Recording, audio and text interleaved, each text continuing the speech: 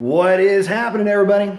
Well, the pipes are on, so why is the car still sitting on the ramps? Well, ran into a couple of snags, slight setbacks, not a big deal, but I wanted to throw this video together for you guys real quickly to illustrate that even some of the most simple projects can kind of take a turn in one direction or another, and usually it's that turn that you didn't quite expect or that you didn't see coming. And in reality, I had kind of thought this through a little bit, but I just didn't think that I would need to go to the lengths that I'm going to have to do to get this to work on my car. And it's, again, not a big deal. The first happened with the installation. The pipes are now on the car, but when I initially went to put the pipes on, they didn't want them made up with the factory X pipe.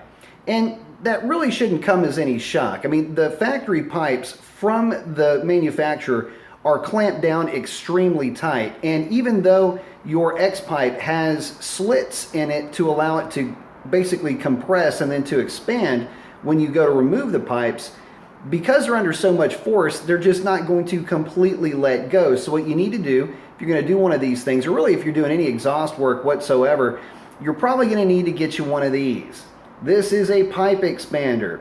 It's got fine threads, and as you screw this in, it will begin to expand this cylinder, and that'll expand that pipe for you. So super simple tool. It's one of those things where if you don't have one, your project hits a big time brick wall, at least until you can go pick up the right tool for the job.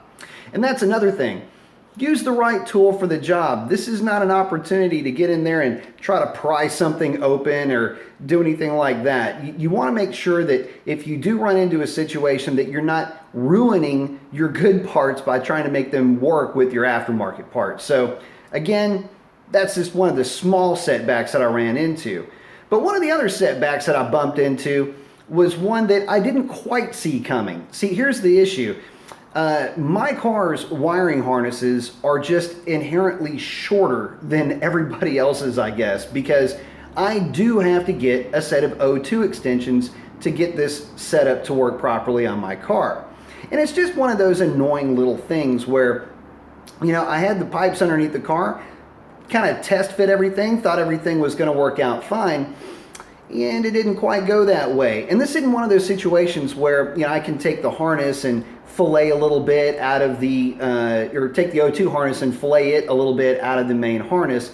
There's really not enough cable there to reach down for those rear O2s. So I am going to have to get a set of, you know, extensions, which is a bit of a headache. But I will say this. This is just something that happens even on a simple project like doing a pipe swap. Little funny things can take place that can put at least the brakes a little bit on your project. And this is just me giving you guys advice. There's no reason to get mad about it. Yeah, I could complain that, you know, whoever put these off-road pipes together could have possibly done a better job of, I don't know, placement of the rear O2s. But the reality is that manufacturing tolerances being what they are, I'm sure that the cars that they've put these on work just fine. It just so happens it didn't work on mine.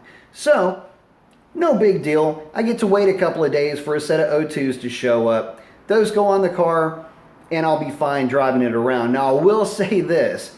I am able to get those rear O2s to connect. And even though I have them, I'm going to say disabled, but they're actually not disabled in my tune, the computer will still look for them. So if they're not plugged in, it will throw a check engine code. I was able to get them to click just long enough for me to fire the car up to get some heat through the system so that I could then go back and, you know, retorque everything. Basically give everything a chance to get hot and then shut the car off and then check, make sure everything stays tight. Yeah, there's a bit of a volume difference, I'll say. It's a little loud. Actually, it's not that bad. Once the car settles down after a cold start, you'd be kind of hard-pressed to tell the difference between the two, mainly because of that active exhaust.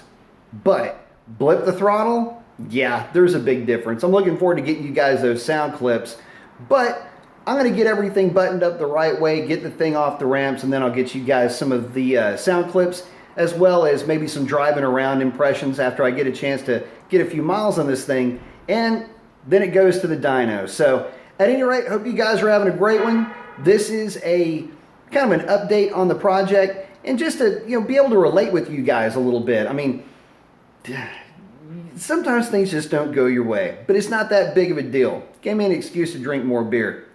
Y'all have a good one. Adios.